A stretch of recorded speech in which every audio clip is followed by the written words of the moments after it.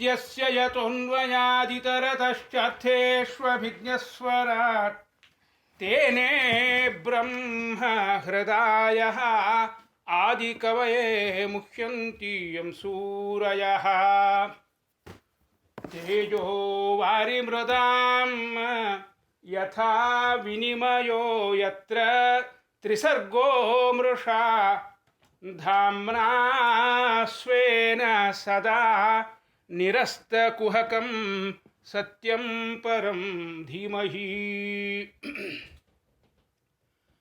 निगमकल्पतरोर्गलितं फलं शुकमुखादमृतद्रवसंयुतं पिबत भागवतं रसम् आलयं मुहुरहो रसिकाः भुवि भावुकाः। श्रीगुरुभ्यो नमः। हरि ओम।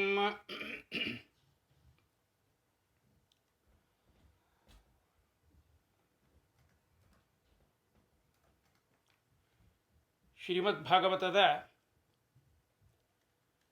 ಭಗವದ್ಧ್ಯಾನ, ಭಗವಂತನ ಒಂದೊಂದೇ ಅವಯವಗಳ ಪಾದದಿಂದ ಆರಂಭಿಸಿ ಶಿರಃಪರ್ಯಂತರವಾಗಿ ಭಗವಂತನ ಒಂದೊಂದೇ ಅವಯವಗಳ ಧ್ಯಾನವನ್ನು ನಾವು ಈವರೆಗೆ ನೋಡಿದ್ದೇವೆ. ಇಂದು ಸಮಗ್ರ ಚಿಂತನೆ, ವಿಶಿಷ್ಟ ವಪು ಚಿಂತನೆ ಅಂತ ಶ್ರೀ ವಿಜಯಧ್ವಜ ತೀರ್ಥರು ಹೇಳಿದ ಹಾಗೆ ಸಮಗ್ರ ಚಿಂತನೆಯನ್ನು ಮಾಡಬೇಕಾಗಿದೆ. ಅದಕ್ಕಿಂತ ಮೊದಲು ಈ ಭಗವದ್ಧ್ಯಾನ ಪರವಾದ 12 ಧ್ಯಾನ ಶ್ಲೋಕಗಳನ್ನು ಮತ್ತೊಮ್ಮೆ ಹೇಳಿ ಅದರ ಸಾರಾಂಶವನ್ನು ಹೇಳಿ ನಂತರ ಅದನ್ನು ನಮ್ಮ ಧ್ಯಾನದಲ್ಲಿ ಹೇಗೆ ಅಳವಡಿಸಿಕೊಳ್ಳಬೇಕು ಅನ್ನೋದನ್ನು ಯಥಾಮತಿ ತಿಳಿಸೋ ಪ್ರಯತ್ನ ಮಾಡ್ತೇನೆ. ಇದೀಗ ಆ ಧ್ಯಾನ ಶ್ಲೋಕಗಳ ಪಾರಾಯಣವನ್ನು ಒಮ್ಮೆ ಆರಂಭದಲ್ಲಿ ಮಾಡಿದ್ದೇನೆ, ಮತ್ತೊಮ್ಮೆ ಸಾರಾಂಶ ಹೇಳುವ ಮೊದಲು ಇಂದು ಮಾಡ್ತಾ ಇದ್ದೇನೆ. ಶ್ರೀ ಗುರುಭ್ಯೋ ನಮಃ. ಹರಿ ಓಂ. ಸಂಚಿಂತಯೇದ್ ಭಗವತಶ್ಚರಣಾರವಿಂದಂ ವಜ್ರಾಂಕುಶಧ್ವಜ ಸರೋರುಹಲಾಂಛನಾಢ್ಯಂ ಉತ್ತುಂಗರಕ್ತವಿಲಸನ್ನಖಚಕ್ರವಾಲ ಜ್ಯೋತ್ಸ್ನಾಭಿರಾಹತ ಮಹದ್ಹೃದಯಾಂಧಕಾರಂ ಯಚ್ಚೌಚ ನಿಸೃತ ಸರಿತ್ಪ್ರವರೋದಕೇನ ತೀರ್ಥೇನ ಮೂರ್ಧ್ನಿ ಅಧಿಧೃತೇನ ಶಿವಃ ಶಿವೋಭೂತ್ ಧ್ಯಾತುರ್ಮನಃಶಮಲಶೈಲನಿಸೃಷ್ಟವಜ್ರಂ ಧ್ಯಾಯೇಚ್ಚಿರಂ ಭಗವತಶ್ಚರಣಾರವಿಂದಂ. ಜಾನುದ್ವಯಂ ಜಲಜಲೋಚನಯಾ ಜನನ್ಯಾ ಲಕ್ಷ್ಮ್ಯಾಖಿಲಸ್ಯ ಸುರವಂದಿತಯಾ ವಿಧಾತುಃ ಊರ್ವೋರ್ನಿಧಾಯ ಕರಪಲ್ಲವರೋಚಿಷಾಯತ್ ಸಂಬ್ಲಾಲಿತಂ ಹೃದಿ ವಿಭೋಃ ಅಭವಸ್ಯ ಕುರ್ಯಾತ್ ಊರು ಸುಪರ್ಣಭುಜಯೋಃ ಅಧಿಶೋಭಮಾನೌ ಓಜೋನಿಧಿ ಸ್ವತಸಿಕಾ ಕುಸುಮಾವಭಾಸೌ ವ್ಯಾಲಂಬಿ ಪೀತವರವಾಸಸಿ ವರ್ತಮಾನ ಕಾಂಚೀಕಲಾಪ ಪರಿರಂಭಿ ನಿತಂಬಬಿಂಬಂ ನಾಭಿಹ್ರದಂ ಭುವನಕೋಶ ಗುಹೋದರಸ್ಥಂ ಯತ್ರಾತ್ಮಯೋನಿಧಿಷಣಾಖಿಲಲೋಕಪದ್ಮಂ ವ್ಯೂಢಂ ಹರಿನ್ಮಣಿಮುಷಸ್ತನಯೋರಮುಷ್ಯ ಧ್ಯಾಯೇದ್ವಯಂ ವಿತತಹಾರಮಯೂಖಗೌರಂ ವಕ್ಷೋಧಿವಾಸಂ ವೃಷಭಸ್ಯ ಮಹಾವಿಭೂತೇಃ ಪುಂಸಾಂ ಮನೋನಯನ ನಿರ್ವೃತಿಮಾದಧಾನಂ ಕಂಠಂಚ ಕೌಸ್ತುಭಮಣೇಃ ಅಧಿಭೂಷಣಾರ್ಥಂ कुर्यान्मनस्यखिललोकनमस्कृतस्य बाहूश्च मन्दरगिरेः परिवर्तनेन निर्निक्तबाहुवलयान् अधिलोकपालान् सञ्चिन्तयेत् दशशतारमसह्यतेजः शङ्खं च तत्करसरोरुहराजहंसं कौमुदकीं भगवतो दयितां स्मरेत दिग्धामरातिभटशोणितकर्दमेन मालां मधुरतवरूथगिरोपघुष्टां चैत्यस्य तत्त्वममरं मणिमस्य कंठे भक्तानुकंपितधियेह गृहीतमूर्तेः संचिन्तयेद्भगवतो वदनारविन्दं यद्विस्फुरन्मकरकुण्डलवल्लितेन विद्योतितामलकपोलमुदारनासं यच्छ्रीनिकेतम् अलिभिः परिसेव्यमानं भूत्या स्वया कुटिलकुन्तलवृन्दजुष्टं मीनद्वयश्रियमधिक्षिपदब्जनेत्रं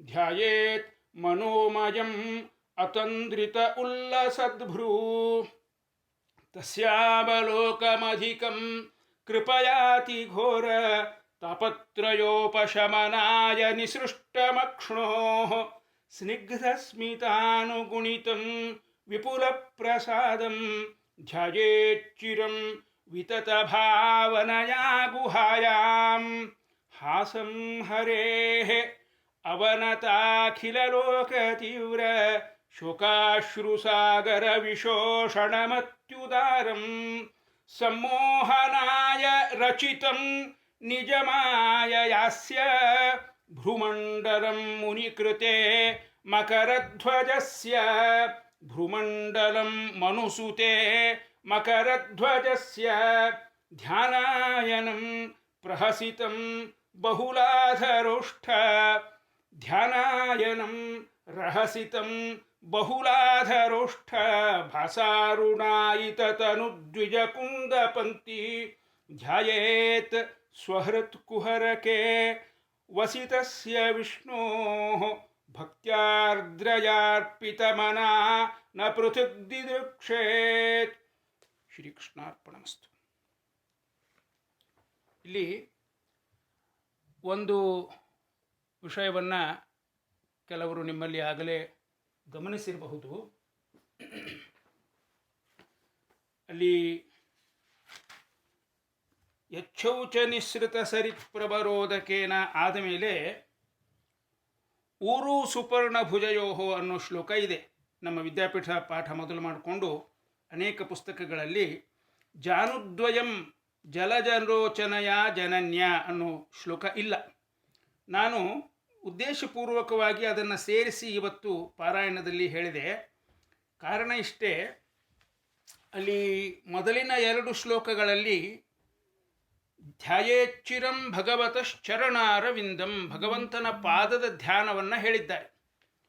ಅದಾದ ಬಳಿಕ ಊರು ಅಂದರೆ ತೊಡೆ, ಪಾದದ ನಂತರ ತೊಡೆಗೆ ಮೊದಲು ಜಾನು ಅಂದರೆ ಪಾದದ ಮೇಲಿನ ಮೊಣಕಾಲಿನವರೆಗಿನ ಭಾಗ, ಅದರ ಧ್ಯಾನ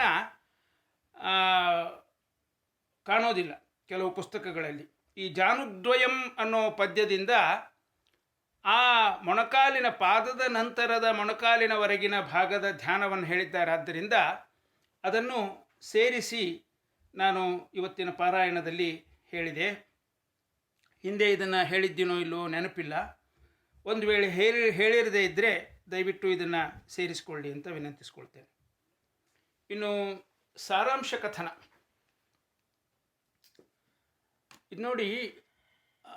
ಭಗವಂತನ ಪಾದದ ಚಿಂತನೆಯಿಂದ ಈ ಧ್ಯಾನ ಆರಂಭಗೊಳ್ಳುತ್ತದೆ.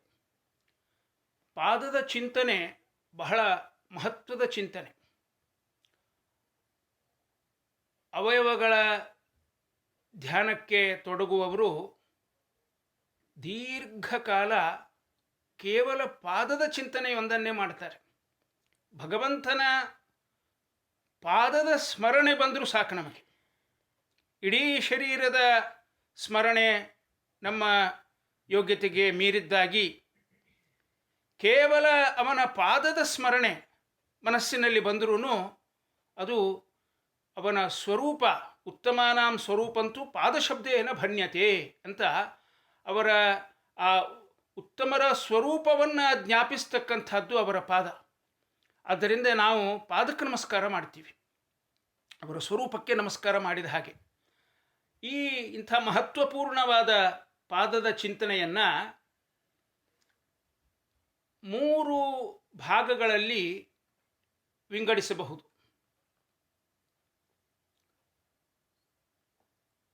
ಅಂಗಾಲು, ಪಾದ, ಪಾದದ ಉಗುರು. ಧ್ವಜ, ವಜ್ರ, ಅಂಕುಶ, ಪದ್ಮ ಮೊದಲಾದ ಚಿಹ್ನೆಗಳಿಂದ ಶೋಭಿತವಾದ ಪಾದ ಅಂದರೆ ಅಂಗಾಲಿನ ವರ್ಣನೆ ಇದು. ಉನ್ನತವಾಗಿಯೂ ರಕ್ತವರ್ಣದಿಂದ ಹೊಳೆಯತಕ್ಕಂಥ ಪಾದ. ಅನಂತರ ನೋಡುಗರ ಹೃದಯದ ಕತ್ತಲನ್ನು ನಿವಾರಿಸಬಲ್ಲಂಥ ಅರ್ಧಚಂದ್ರಾಕೃತಿಯಂತೆ ಗುಂಡಗಿರುವ ಪ್ರಕಾಶಮಯವಾದ ಉಗುರುಗಳು. ಹೀಗೆ ಉಗುರಿನ ಚಿಂತನೆ. ಮುಂದೆ ಪಾದದ ಚಿಂತನೆ ಮುಂದುವರಿಯುತ್ತದೆ 2ನೇ ಶ್ಲೋಕದಲ್ಲಿ. ಯಾವ ಪಾದ ಬೆಳೆದು ಬ್ರಹ್ಮಾಂಡವನ್ನೇ ಭೇದಿಸಿದಾಗ ಸತ್ಯಲೋಕದಲ್ಲಿದ್ದಂತಹ ಬ್ರಹ್ಮದೇವರು ಆ ಪಾದಗಳನ್ನು ತೊಳೆದರು, ಆ ತೀರ್ಥ ಅಂತ ಹೆಸರುವಾಸಿಯಾಗಿರ್ತಕ್ಕಂಥ ಆ ಪಾದೋದಕ ಅದನ್ನು ಶಿರಸಾಧರಿಸಿ ಮಹಾದೇವರು ಶಿವ ಅಂತ ಲೋಕದಲ್ಲಿ ಪ್ರಖ್ಯಾತರಾದರು. ಧ್ಯಾನ ಮಾಡುವವರ ಮನಸ್ಸಿನಲ್ಲಿ ಜನ್ಮಾಂತರಗಳಿಂದ ನೆಲೆಗೊಂಡಂಥ ಬೆಟ್ಟದಂಥ ಪಾಪರಾಶಿಯನ್ನು ವಜ್ರಾಯುಧದಂತೆ ಕತ್ತರಿಸಿ ಹಾಕ್ತಕ್ಕಂಥ, ಮನಸ್ಸಿಗೆ ಪರಿಶುದ್ಧ ಭಾವವನ್ನು ತಂದು ಕೊಡಬಲ್ಲಂಥ ಆ ಭಗವಂತನ ಚರಣಾರವಿಂದಗಳನ್ನು ಭಕ್ತಿಯಿಂದ ಧ್ಯಾನಿಸಬೇಕು. ಭಗವಂತನ ಮೊಣಕಾಲು ಸಕಲ ಸೃಷ್ಟಿಯನ್ನು ಮಾಡಿದ ಬ್ರಹ್ಮದೇವನಿಂದಲೂ ಮತ್ತು ಅಂಥ ಬ್ರಹ್ಮದೇವರಿಂದ ವಂದಿತಳಾದ ಮಹಾಲಕ್ಷ್ಮಿಯಿಂದಲೂ ಮಹಾಲಕ್ಷ್ಮೀ ದೇವಿಯು ತನ್ನ ತೊಡೆಯ ಮೇಲೆ ಇರಿಸಿಕೊಂಡು ಪ್ರೀತಿ ಭಕ್ತಿ ಆದರಗಳಿಂದ ತನ್ನ ಕೈಗಳಿಂದ ಲಾಲಿಸಿ ಸೇವಿಸುತ್ತಿರುವಂಥ ಭಗವಂತನ ಮೊಣಕಾಲು ಜಾನುದ್ವಯ. ಅನಂತರ ತೊಡೆಗಳು ಹಾಗೂ ಸೊಂಟ. ಛಂದೋಭಿಮಾನಿ ಗರುಡದೇವರ ಭುಜಗಳನ್ನು ಅಲಂಕರಿಸಿದ ನೀಲವರ್ಣದ ತೊಡೆಗಳು. ಆ ತೊಡೆಗಳನ್ನು ಆವರಿಸಿ ಪಾದದವರೆಗೂ ಸಡಿಲವಾಗಿ ಇಳಿಬಿದ್ದ ಪೀತಾಂಬರ.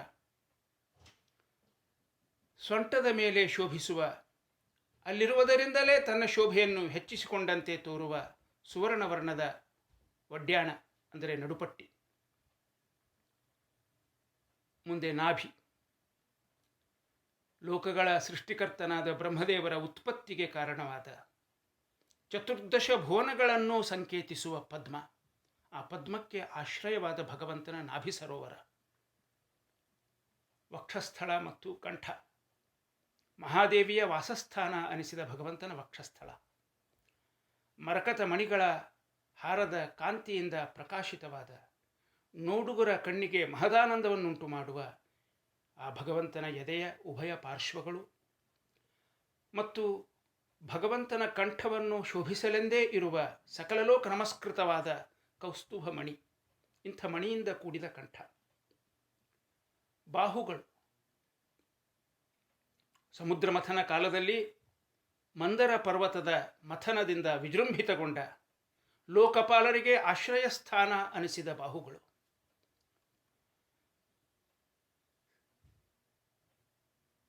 ಸಹಿಸಲ ಸಾಧ್ಯವಾದ ಸಹಸ್ರಾರು ಕಿರಣಗಳಿಂದ ಕಂಗೊಳಿಸುವ ಸುದರ್ಶನ ಚಕ್ರ. ಆ ಚಕ್ರದಿಂದ ಅಲಂಕೃತವಾದ ಒಂದು ಬಾಹು. ಕರಕಮಲದಲ್ಲಿ ರಾಜಹಂಸದಂತೆ ಶೋಭಿಸುವ ಶಂಖ. ಅಂಥ ಕರಕಮಲದಿಂದ ಶೋಭಿತವಾದ ಮತ್ತೊಂದು ಬಾಹು. ಪದ್ಮಧಾರಿಯಾದ ಮೂರನೇ ಬಾಹು, ಅದನ್ನು ಈ ಸಂದರ್ಭದಲ್ಲಿ ಉಪಲಕ್ಷಣೆಯ ಚಿಂತಿಸಬೇಕು. ಮುಂದೆ ಗದಾಧಾರಿ ಬಾಹು ಮತ್ತು ಕಂಠ, ಭಗವಂತನಿಗೆ ಪ್ರಿಯವಾದ ದುಷ್ಟಶಕ್ತಿಗಳ ನಾಶಗೈಯುವ ಕೌಮುದಕಿ ಎಂಬ ಗದೆಯನ್ನು, ಅದನ್ನು ಧರಿಸಿದ ಬಾಹುವನ್ನು ಸ್ಮರಿಸಬೇಕು. ಭ್ರಮರಗಳ ಝೇಂಕಾರದಿಂದ ನಿನದಿತವಾದ ವನಮಾಲ ಮತ್ತು ಬ್ರಹ್ಮದೇವರ ಆವಾಸ ಸ್ಥಾನವಾದ ಕೌಸ್ತುಭ ಮಣಿ, ಇವುಗಳನ್ನು ಧರಿಸಿದ ಕಂಠವನ್ನು ಸ್ಮರಿಸಬೇಕು. ಭಗವಂತನ ವದನಾರವಿಂದ ಮುಖ, ಭಕ್ತರ ಮೇಲಿನ ಅನುಕಂಪೆಯಿಂದ ಭೂಮಿಯ ಮೇಲೆ ಅವತರಿಸಿದ ಆ ಭಗವಂತನ ಮುಖಾರವಿಂದವನ್ನು ಭಕ್ತಿಯಿಂದ ಧ್ಯಾನಿಸಬೇಕು. ಇದು ಹೊಳೆವ ಮಕರ ಕುಂಡಲಗಳ ಚಲನವಲನಗಳಿಂದ ಪ್ರಕಾಶಿತವಾದ ಕಪೋಲ ಮತ್ತು ಸುದೀರ್ಘ ನಾಸಿಕಗಳಿಂದ ಕೂಡಿದೆ. ಮುಂಗುರುಳು, ನೇತ್ರ, ಹುಬ್ಬುಗಳು, ಮನೋಹರ ಗುಂಗುರು ಕೂದಲುಗಳ ಗುಂಪು, ದುಂಬಿಗಳ ರೂಪ ಧರಿಸಿ ಸಾಮಗಾನ ಗುಂಜಾರವದಿಂದ ಭಗವಂತನ ಸೇವೆ ಸಲ್ಲಿಸುವ ದೇವತಾ ವೃಂದದಿಂದಲೂ ಮಹಾಲಕ್ಷ್ಮೀ ದೇವಿಯಿಂದಲೂ ಸೇವ್ಯವಾಗಿದೆ. ಆಕಾರ ಮತ್ತು ವಿನ್ಯಾಸದಲ್ಲಿ ಮೀನುಗಳ ಸೌಷ್ಠವ, ಕೋಮಲತೆ, ಸೌಂದರ್ಯಗಳ ವಿಷಯದಲ್ಲಿ ಕಮಲದ ಕಾಂತಿಯನ್ನು ಅಪಹರಿಸಿದಂತೆ ಕಾಣುವಂಥ ಕಣ್ಣಿನ ಅನನ್ಯ ಸೌಂದರ್ಯ ಮತ್ತು ಅವುಗಳ ಮೇಲಿನ ಪ್ರಕಾಶಮಾನವಾದ ಹುಬ್ಬುಗಳನ್ನು ಭಕ್ತ ಆಲಸ್ಯ ತೊರೆದು ಪ್ರಯತ್ನಪೂರ್ವಕವಾಗಿ ಧ್ಯಾನಿಸಬೇಕು. ಭಗವಂತನ ಅವಲೋಕ ಅಂದರೆ ನೋಟ, ಆ ಭಗವಂತನ ಕೃಪಾ ಕಟಾಕ್ಷ ನಮ್ಮ ಘೋರ ತಾಪತ್ರಯಗಳನ್ನೆಲ್ಲ ನಾಶಪಡಿಸಿ ಭಕ್ತನನ್ನು ಕಾಪಾಡುವಂಥದ್ದು. ಭಕ್ತನಾದವ ತನ್ನ ಹೃದಯ ಗುಹೆಯಲ್ಲಿ ಮಂದಹಾಸದುಂಬಿದ ಆ ಭಗವಂತನ ಸುಂದರ ವದನಾರವಿಂದವನ್ನು, ಪ್ರೀತಿ ದುಂಬಿದ ನೋಟವನ್ನು ಚಿಂತಿಸಬೇಕು. ಮಂದಹಾಸ ಭ್ರೂಮಂಡಲ, ಭಗವಂತನ ಮಂದಹಾಸ ಭಕ್ತರ ಶೋಕಸಾಗರವನ್ನೇ ಬತ್ತಿಸಿ ಹೃದಯದಲ್ಲಿ ಸಂತಸದ ಬುಗ್ಗೆಯನ್ನು ಚಿಮ್ಮಿಸುವಂಥದ್ದು. ಹೇ ಮನುವಂಶಜಳಾದ ದೇವಹೂತಿಯೇ, ಕಾಮನಿಗೂ ಸಂಮೋಹನ ಉಂಟು ಮಾಡಬಲ್ಲಂಥ ಭಗವಂತನ ಮಾಯೆಯಿಂದ ರಚಿತವಾದ ಹುಬ್ಬುಗಳು ಇವು. ಧ್ಯಾನಾಯನ, ಹೀಗೆ ಪ್ರತ್ಯೇಕ ಅವಯವಗಳ ಧ್ಯಾನ ಮಾಡಿ ನಂತರ ಮಲ್ಲಿಗೆ ಮೊಗ್ಗಿನಂತೆ ಸುಂದರವಾಗಿ ಸಾಲಾಗಿ ಕಂಗೊಳಿಸುವ ದಂತಪಂಕ್ತಿ, ಆ ದಂತಪಂಕ್ತಿಯಿಂದ ಕೂಡಿರತಕ್ಕಂಥ ಭಗವಂತನ ಮಂದಹಾಸಯುಕ್ತವಾದ ಮುಖ ಮತ್ತು ಸಮಗ್ರ ಅವಯವ ಚಿಂತನ, ಇದನ್ನು ಭಕ್ತಿಯಿಂದ ಆರ್ದ್ರವಾದ ಮನಸ್ಸುಳ್ಳವನಾಗಿ ಅನನ್ಯ ಭಾವದಿಂದ ಬೇರೆಲ್ಲೂ ಲಕ್ಷ್ಯ ಹೋಗದಂತೆ ಚಿಂತಿಸಬೇಕು. ಶ್ರೀಕೃಷ್ಣಾರ್ಪಣಮಸ್ತು. ಇದಿಷ್ಟು ಸಾರಾಂಶ. ಇನ್ನು ಪಾದದಿಂದ ಮುಖದವರೆಗೆ ಚಿಂತನೆ ಮಾಡುವಾಗ ಒಂದು ಬಹಳ ಮುಖ್ಯವಾದ ಸೂಚನೆ, ಹಿಂಟ್ ನಾನು ಕೊಡ್ತಾ ಇದ್ದೇನೆ. ಯಾರ ಹತ್ತಿರ ಪುಸ್ತಕ ಇದೆಯೋ ಅವರು ಆ ಶ್ಲೋಕಗಳನ್ನು ಮುಂದಿಟ್ಟುಕೊಂಡು, ಸಾಧ್ಯವಾದರೆ ಒಂದು ಪೆನ್ನು, ಪೆನ್ಸಿಲ್ಲೋ, ಮಾರ್ಕರೋ ಇಟ್ಟುಕೊಂಡು ಒಂದೋ ಎರಡೋ ಶಬ್ದಗಳನ್ನು ಪ್ರತಿಯೊಂದು ಶ್ಲೋಕದಲ್ಲೂ ಹೈಲೈಟ್ ಮಾಡಿಕೊಳ್ಬೇಕು ಅಂತ ವಿನಂತಿಸ್ತೇನೆ. ಯಾಕೆಂದರೆ ಇದರ ಉದ್ದೇಶ ಇಷ್ಟೇ, ನೀವು ಶ್ಲೋಕ ಹೇಳುವಾಗ ಆ ಶ್ಲೋಕದಲ್ಲಿ ಸಂಸ್ಕೃತದಲ್ಲಿ ಆಯಾ ಅವಯವಗಳನ್ನು ನಿರ್ದೇಶಿಸ್ತಕ್ಕಂಥ ಶಬ್ದಗಳಿದೆ. ಆ ಒಂದೊಂದು ಶಬ್ದ ನಿಮಗೆ ಶ್ಲೋಕ ಉಚ್ಚಾರ ಮಾಡುವಾಗ ಉಚ್ಚರಿಸಿ ಆ ಅವಯವದ ಸ್ಮರಣೆ ಬಂದರೂ ಸಾಕು, ಸಮಗ್ರ ಅವಯವಗಳ ಚಿಂತನೆಗೆ ಅದು ತುಂಬ ಸಹಾಯಕವಾಗ್ತದೆ. ಇಲ್ಲದೇ ಇದ್ದರೆ ಏನಾಗ್ತದೆ, ಸಂಸ್ಕೃತದಲ್ಲಿ ಶ್ಲೋಕಗಳು, ಕನ್ನಡದಲ್ಲಿ ಅವಯವಗಳ ಧೇನಿಕೆ, ಒಂದಕ್ಕೊಂದಕ್ಕೆ ಸಂಬಂಧವೇ ಇಲ್ಲ. ಕೊನೆ ಪಕ್ಷ ಆಯಾ ಶ್ಲೋಕದಲ್ಲಿ ಹೇಳಿದ ಅವಯವಗಳ ಹೆಸರು, ಅದನ್ನು ಹೇಳೋ ಶಬ್ದ, ಆ ಶಬ್ದ ಉಚ್ಚಾರ ಆಗುತ್ತಿದ್ದಂತೆಯೇ ಮನಸ್ಸಿನಲ್ಲಿ ಆ ಶಬ್ದದ ಅರ್ಥ ಬಂದುಬಿಡಬೇಕು. ಈ ಉದ್ದೇಶದಿಂದ ಶ್ಲೋಕದಲ್ಲಿನ ಪ್ರತಿಯೊಂದು ಶ್ಲೋಕದಲ್ಲಿನ ಒಂದೋ ಎರಡು ಶಬ್ದಗಳನ್ನು ಹೇಳಿ ಅದರ ಅರ್ಥವನ್ನು ನಾನು ಹೇಳ್ತಾ ಹೋಗ್ತೇನೆ. ಒಂದು ಪ್ರತ್ಯೇಕ ಹಾಳೆಯಲ್ಲಿ ಅದನ್ನು ಶಬ್ದ ಅರ್ಥ ಬರ್ಕೊಳ್ಬಹುದು, ಅಥವಾ ಆ ಪುಸ್ತಕದಲ್ಲೇ ಮಾರ್ಕ್ ಮಾಡಿಕೊಂಡು ನಿಮಗೆ ಆ ಶಬ್ದದ ಅರ್ಥ ಗೊತ್ತಿಲ್ಲದ ಸಂದರ್ಭದಲ್ಲಿ ಅದನ್ನು ಅರ್ಥ ಅಲ್ಲೇ ನೋಟ್ ಮಾಡಿಕೊಳ್ಬಹುದು. ಮೊದಲಿನಿಂದ ಹೇಳ್ತಾ ಇದ್ದೇನೆ. ಮೊದಲ ಶ್ಲೋಕ ಸಂಚಿಂತಯೇದ್ ಭಗವತಶ್ಚರಣಾರವಿಂದಂ. ಅಲ್ಲಿ ಚರಣಾರವಿಂದಂ ಅನ್ನೋದನ್ನು ಹೈಲೈಟ್ ಮಾಡ್ಕೊಳ್ಳಿ. ಚರಣ ಅಂದರೆ ಪಾದ, ಅರವಿಂದ ಅಂದರೆ ಕಮಲ. ಚರಣಾರವಿಂದ ಪಾದ ಕಮಲ. ಭಗವಂತನ ಪಾದ ಕಮಲವನ್ನು ಸಂಚಿಂತಯೇ, ಭಕ್ತಿಯಿಂದ ಚಿಂತಿಸಬೇಕು ಅಂತ ಹೇಳ್ತಿದ್ದಾರೆ ಇಲ್ಲಿ. ಸಂಚಿಂತಯೇದ್ ಭಗವತಃ, ಭಗವಂತನ ಚರಣಾರವಿಂದಂ. ಚರಣಾರವಿಂದಂ ಅಂತ ಉಚ್ಚಾರ ಮಾಡಿದ ಕೂಡಲೇ ಭಗವಂತನ ಪಾದದ ಸ್ಮರಣೆ ಮನಸ್ಸಿಗೆ ಬಂದ್ಬಿಡಬೇಕು. ಅದು ಹೀಗೆ ಇದನ್ನು ಹೈಲೈಟ್ ಮಾಡ್ಕೊಳ್ಳೋದಾಗಲಿ ಅಥವಾ ಅರ್ಥ ಬರ್ಕೊಳ್ಳೋದಾಗಲಿ ಮಾಡ್ತಾ ಇರೋ ಹಿಂದಿನ ಉದ್ದೇಶ. ಮುಂದಿನ ಶ್ಲೋಕ ಕೊನೆ ಸಾಲಿನಲ್ಲಿ ಭಗವತಶ್ಚರಣಾರವಿಂದಂ ಧ್ಯಾಯೇಚ್ಚಿರಂ ಭಗವತಶ್ಚರಣಾರವಿಂದಂ. ಚಿರಂ ಬಹುಕಾಲ. ನೋಡಿ, ನಾನು ಆಗಲೇ ಹೇಳಿದ್ನಲ್ಲ, ಧ್ಯಾಯೇತ್ ಭಗವಂತನ ಪಾದಾರವಿಂದದ ಸ್ಮರಣೆಯನ್ನು ಬಹುಕಾಲ ಮಾಡಬೇಕು ಅಂತ ಹೇಳ್ತಾರೆ. ಒಂದೊಂದು ಶ್ಲೋಕದಲ್ಲಿ ಎರಡೆರಡು ಅವಯವಗಳನ್ನು ಹೇಳ್ತಾ ಹೋಗ್ತಾರೆ ಮುಂದೆ. ಆದರೆ ಭಗವಂತನ ಪಾದದ ಸ್ಮರಣೆಗೆ 2 ಶ್ಲೋಕಗಳನ್ನು ಮೀಸಲಾಗಿರಿಸಿದ್ದಾರೆ. ಇದು ಈ ಭಗವಂತನ ಪಾದದ ಸ್ಮರಣೆ, ಇದರ ಧ್ಯಾನ ಎಷ್ಟು ಮಹತ್ವದ್ದು ಸಾಧಕನಿಗೆ ಅನ್ನೋದನ್ನು ಇದು ನಮಗೆ ತಿಳಿಸ್ತಾ ಇದೆ. ಆದ್ದರಿಂದ ಮೊದಲನೇ ಶ್ಲೋಕ, ಎರಡನೇ ಶ್ಲೋಕ, 2 ಶ್ಲೋಕ ಭಗವಂತನ ಪಾದದ ಚಿಂತನೆಗೆ ಮೀಸಲಾಗಿರಿಸಿದ್ದಾರೆ ಮಹಾನುಭಾವರು. 2ನೇ ಶ್ಲೋಕದಲ್ಲಿ ಕೊನೆಯ ಸಾಲಿನಲ್ಲಿ ಭಗವತಶ್ಚರಣಾರವಿಂದಂ. ಚರಣಾರವಿಂದ ಅನ್ನೋದು ನಾವು ಕನ್ನಡದಲ್ಲೂ ಬಳಸಬಹುದಾದ ಶಬ್ದ. ಹೇಳಿದಾಗ ಮನಸ್ಸಿಗೆ ಆ ಭಗವಂತನ ಚರಣಗಳ ಸ್ಮರಣೆ ಬಂತು ಅಂತಾದರೆ ಧ್ಯಾನಕ್ಕೆ ಬಹಳ ಅನುಕೂಲ. ಮುಂದೆ 3ನೇ ಶ್ಲೋಕದಲ್ಲಿ ಜಾನುದ್ವಯಂ, ಶ್ಲೋಕದ ಆರಂಭದಲ್ಲೇ ಇರೋ ಶಬ್ದ ಜಾನುದ್ವಯಂ ಅಂದರೆ ಪಾದದ ಮೇಲೆ ಮೊಣಕಾಲಿನವರೆಗಿನ ಭಾಗ, ಅದರ ಸ್ಮರಣೆಯನ್ನು ಆ ಶ್ಲೋಕದಲ್ಲಿ ಹೇಳಿದ್ದಾರೆ. ಅದರ ಮುಂದಿನ ಶ್ಲೋಕ ಊರು ಸುಪರ್ಣ ಭುಜಯೋಹೋ. ಊರು ಅಂದರೆ ತೊಡೆಗಳು. ಬರ್ಕೊಳ್ಳಿ, ಒಂಚೂರು ನಾನು ನಿಂತ್ಕೋತೀನಿ, ಯಾರಾದರೂ ಬರ್ಕೋತಾ ಇದ್ರೆ ಅರ್ಥವನ್ನು. ಯಾಕೆಂದರೆ ಈ ಶಬ್ದ ಕನ್ನಡದಲ್ಲಿ ಬಳಕೆಯಲ್ಲಿ ಇಲ್ಲ. ಜಾನು ಅನ್ನೋ ಶಬ್ದವೂ ಇಲ್ಲ, ಊರು ಅನ್ನೋ ಶಬ್ದವೂ ಇಲ್ಲ. ಜಾನು ಅಂದರೆ ಮೊಣಕಾಲು, ಊರು ಅಂದರೆ ತೊಡೆಗಳು.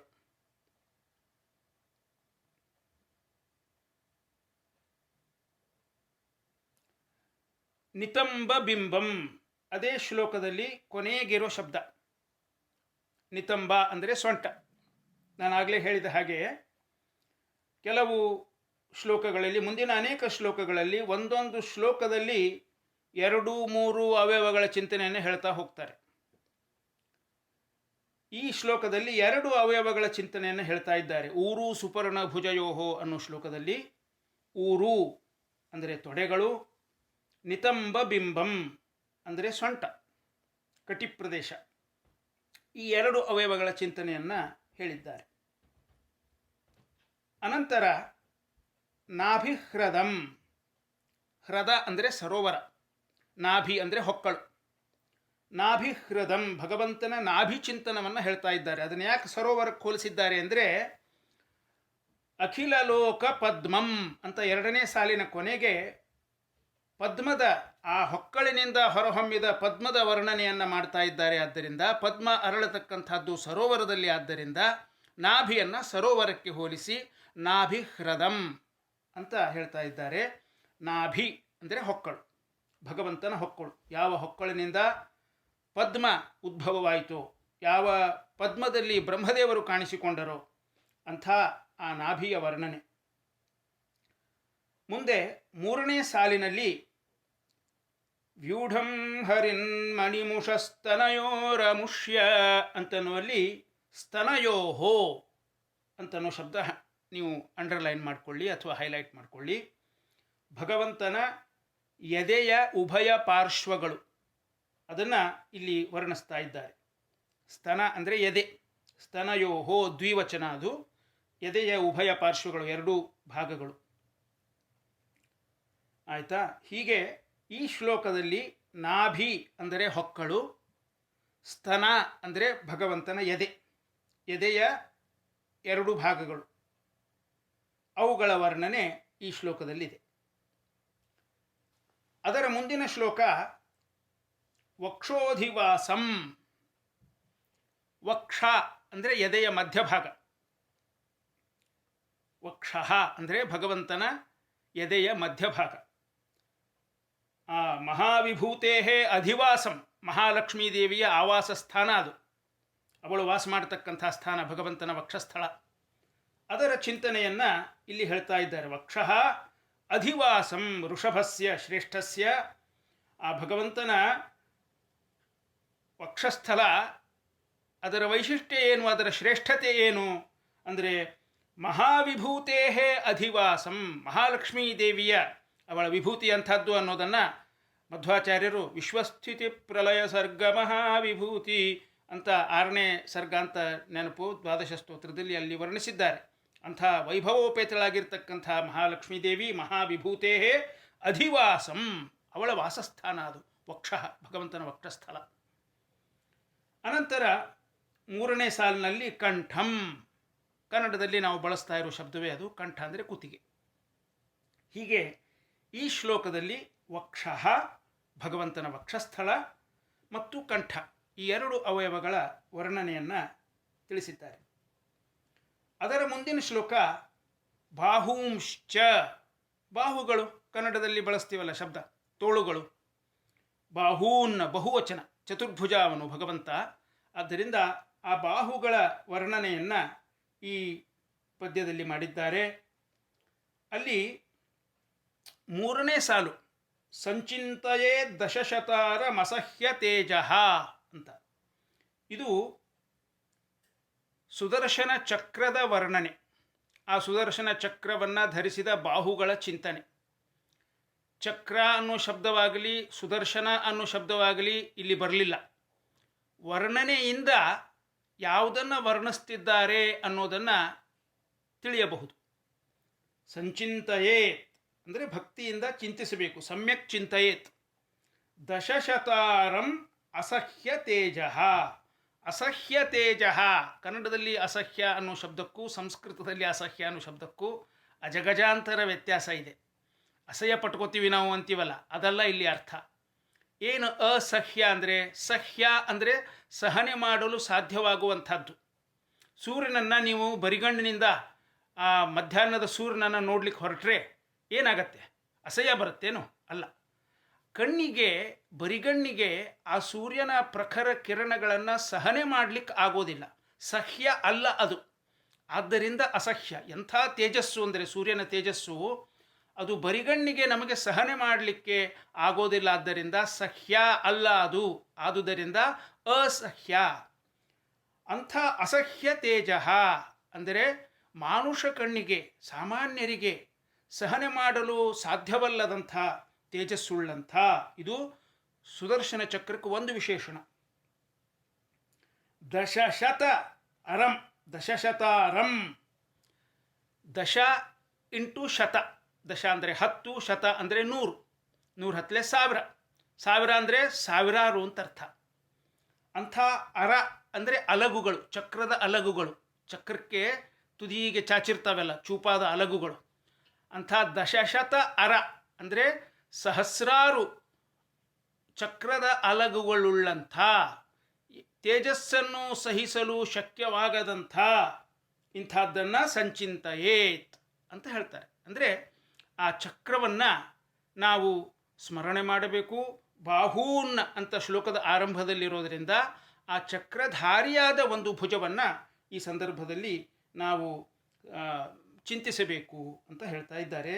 ಇದು ಬಾಹುಂಶ್ಚ ಅನ್ನೋ ಶ್ಲೋಕದ 3ನೇ ಸಾಲು. ಸಂಚಿಂತಯೇತ್ ದಶಶತ ಅರಂ ಅಸಹ್ಯ ತೇಜ, ಸುದರ್ಶನ ಚಕ್ರದ ಸ್ಮರಣೆ. ಅಸಹ್ಯ ತೇಜ ಅನ್ನೋ ಶಬ್ದ ನೀವು ನೆನಪಿಟ್ಟುಕೊಂಡ್ರೆ, ಈಗ ನಾನು ಹೇಳಿದ ಅರ್ಥ ವಿವರಣೆ ನಿಮ್ಮ ಮನಸ್ಸಿಗೆ ಬಂದರೆ ನಮಗೆ ಅದರ ತೇಜಸ್ಸನ್ನು ಸಹನೆ ಮಾಡಲಿಕ್ಕೆ ಆಗೋದಿಲ್ಲ. ಅಷ್ಟು ತೇಜೋಮಯವಾಗಿರ್ತಕ್ಕಂಥ ಸುದರ್ಶನ ಚಕ್ರ, ಸಹಸ್ರಾರು ಅಲಗುಗಳುಳ್ಳಂಥ ಸುದರ್ಶನ ಚಕ್ರ, ಆ ಭಗವಂತನ ಸುದರ್ಶನ ಆ ತೇಜೋಮಯವಾದ ಚಕ್ರವನ್ನು ಸಂಚಿಂತೆಯೇ ಭಕ್ತಿಯಿಂದ ಚಿಂತಿಸಬೇಕು. ಆಮೇಲೆ ಅದೇ ಶ್ಲೋಕದ 4ನೇ ಸಾಲು, ಶಂಖಂಚ ತತ್ಕರ ಸರೋರುಹ ರಾಜಹಂಸಂ ಶಂಖಂ, ಆ ಶಂಖಧಾರಿಯಾಗಿರ್ತಕ್ಕಂಥ ಭಗವಂತನ ಕರ ಸರೋರುಹ ರಾಜಹಂಸಂ, ಕರಕಮಲದಲ್ಲಿ ರಾಜಹಂಸದಂತೆ ವಿರಾಜಮಾನವಾಗಿರ್ತಕ್ಕಂಥ ಶ್ವೇತವರ್ಣದ ಆ ಶಂಖವನ್ನು ಧೇನಿಸಬೇಕು. ಶಂಖಧಾರಿಯಾದ ಬಾಹುವನ್ನು ಧೇನಿಸಬೇಕು. ಯಾಕೆಂದರೆ ಬಾಹೂನ್ ಅಂತಾರೆ, ಬಾಹುಗಳ ವರ್ಣನೆಗೆ ತೊಡಗಿರ್ತಕ್ಕಂಥ ಶ್ಲೋಕ ಇದು. ಹೀಗೆ ಈ ಬಾಹೂಂಶ್ಚ ಅನ್ನೋ ಶ್ಲೋಕದಲ್ಲಿ ಭಗವಂತನ ಬಾಹುಗಳ ಆ ಲೋಕಪಾಲರಿಗೆ ಆಶ್ರಯವಾಗಿರ್ತಕ್ಕಂಥ ಮಂದರಗಿರಿಯ ಮಥನದಿಂದ ಪ್ರಕಾಶಗೊಂಡಂಥ ಆ ಭಗವಂತನ ಬಾಹುಗಳ ಚಿಂತನೆಯನ್ನು ಮಾಡಬೇಕು ಅಂತ ಹೇಳ್ತಾರೆ. ಇಲ್ಲಿ ಶಂಖ ಚಕ್ರ ಅಂದರೆ ಶಂಖಧಾರಿಯಾದ ಚಕ್ರಧಾರಿಯಾದ ಕೈಗಳ ಸಮೇತವಾದ ಬಾಹುಗಳ ಚಿಂತನೆಯನ್ನು ಈ ಶ್ಲೋಕದಲ್ಲಿ ನೋಡಿದ್ದೀವಿ. ಕೌಮುದಕೀಂ ಮುಂದಿನ ಶ್ಲೋಕದ ಆರಂಭದಲ್ಲಿ ಕೌಮುದಕಿ ಅಂದರೆ ಭಗವಂತನ ಗದೆಯ ಹೆಸರು, ನಿಮ್ಮಲ್ಲಿ ಅನೇಕರಿಗೆ ಗೊತ್ತಿದೆ. ಆ ಗದೆಯ ಸ್ಮರಣೆ, ಗದಾಧಾರಿಯಾದ ಬಾಹುವಿನ ಸ್ಮರಣೆ. ಆಮೇಲೆ ಕಂಠೆ ಅಂತ ಶ್ಲೋಕದ ಕೊನೆಗೆ ಪುನಃ ಕಂಠದ ಸ್ಮರಣೆಗೆ ಬರ್ತಾ ಇದ್ದಾರೆ. ನಾನು ಈ ಶ್ಲೋಕದ ಅರ್ಥಗಳನ್ನು ಹೇಳುವಾಗ ಒಮ್ಮೆ ಹೇಳಿದ್ದೆ ಇದನ್ನು. ಅಂದರೆ ಬಾಹೂನ್, ಇದರ ಹಿಂದಿನ ಶ್ಲೋಕ ಬಾಹೂನ್ ಅನ್ನೋ ಶ್ಲೋಕ, ಅದರ ಹಿಂದಿನ ಶ್ಲೋಕ ವಕ್ಷೋಧಿವಾಸಂ ಅನ್ನೋ ಶ್ಲೋಕದಲ್ಲಿ 3ನೇ ಸಾಲಿನಲ್ಲಿ ಕಂಠಂ ಅಂತ ಆಗಲೇ ಕಂಠದ ಸ್ಮರಣೆಯನ್ನು ಹೇಳಿದ್ದಾರೆ. ಇಲ್ಲಿ ಮತ್ತೆ ಮಣಿಮತ್ಸ್ಯ ಕಂಠೆ ಅಂತ ಪುನಃ ಕಂಠದ ಸ್ಮರಣೆಗೆ ಬರ್ತಾ ಇದ್ದಾರೆ. ಅದಕ್ಕೆ 2 ಕಾರಣ. ಒಂದು, ನಾವು ಬಾಹುಗಳ ಸ್ಮರಣೆ ಮಾಡ್ತಾ ಆ ಕೈಗಳಲ್ಲಿ ಹಿಡಿದಿರತಕ್ಕಂಥ ಆಭರಣ ಅಥವಾ ಆಯುಧದ ಸ್ಮರಣೆ ಮಾಡಿಕೊಂಡು ಮತ್ತೆ ಹಿಂದೆ ಬರಬೇಕು, ಬಾಹುಗುಂಟ ಕಂಠದವರೆಗೆ ಬರಬೇಕು. ವಕ್ಷಸ್ಥಲ ಆದಮೇಲೆ ಕಂಠಕ್ಕೆ ಬಂದ್ವಿ, ಆಮೇಲೆ ಬಾಹುಗಳಿಗೆ ಬಂದ್ವಿ. ಬಾಹುಗಳ ತುದಿಯಲ್ಲಿರೋ ಆಯುಧಗಳು ಆಭರಣಗಳು ಅವುಗಳ ಸ್ಮರಣೆ ಮಾಡಿ ಹಿಮ್ಮುಖವಾಗಿ ಮತ್ತೆ ಬಂದಾಗ ನಮಗೆ ಸಿಗೋದು ಕಂಠ. ಹೀಗೆ ಆ ಕ್ರಮದಲ್ಲಿ ಕಂಠದ ಸ್ಮರಣೆ 2 ಸಲ ಅನಿವಾರ್ಯ ಅನ್ನೋದು ಒಂದು ಕಾರಣ. ಆದರೆ ಇನ್ನೊಂದು ಕಾರಣ, ಮೊದಲು ಹೇಳಿದ ಕಂಠದ ಅನುಸಂಧಾನಕ್ಕೂ ಈ ಶ್ಲೋಕದಲ್ಲಿ ಹೇಳಿದ ಕಂಠದ ಅನುಸಂಧಾನಕ್ಕೂ ವ್ಯತ್ಯಾಸ ಇದೆ.